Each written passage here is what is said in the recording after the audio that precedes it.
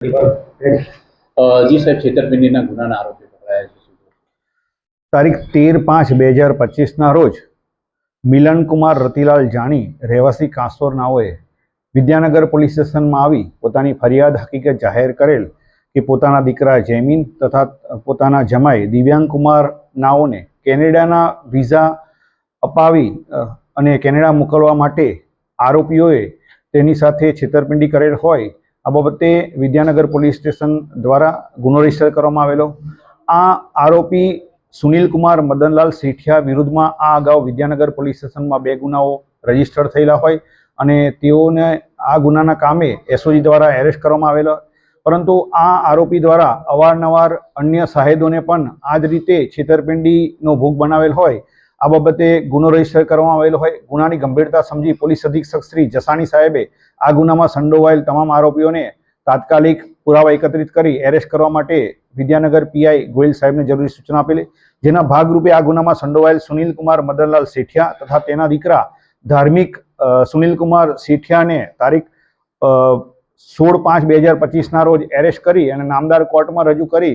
આજ તારીખ 19/5/2025 સુધીના રિમાન્ડ મેળવવામાં આવેલા છે। આ રિમાન્ડ દરમિયાન હકીકત એવી જણાવેલ છે કે આરોપી સુનિલકુમાર મદનલાલ સેઠિયા તથા તેના દીકરા ધાર્મિક કેનેડા તથા અમેરિકા વર્ક પરમિટના વિઝા અપાવવાના બહાના હેઠળ તેઓને ખોટા દસ્તાવેજો પૂરા પાડી અને ખોટી વર્ક પરમિટ આપતા હોવાની હકીકત જણાવેલ છે। આ અગાઉ તેઓએ અન્ય પણ સાહેદો સાથે છેતરપિંડી કરેલી છે અને તેના ગુનાઓ રજીસ્ટર કરવામાં આવેલા છે।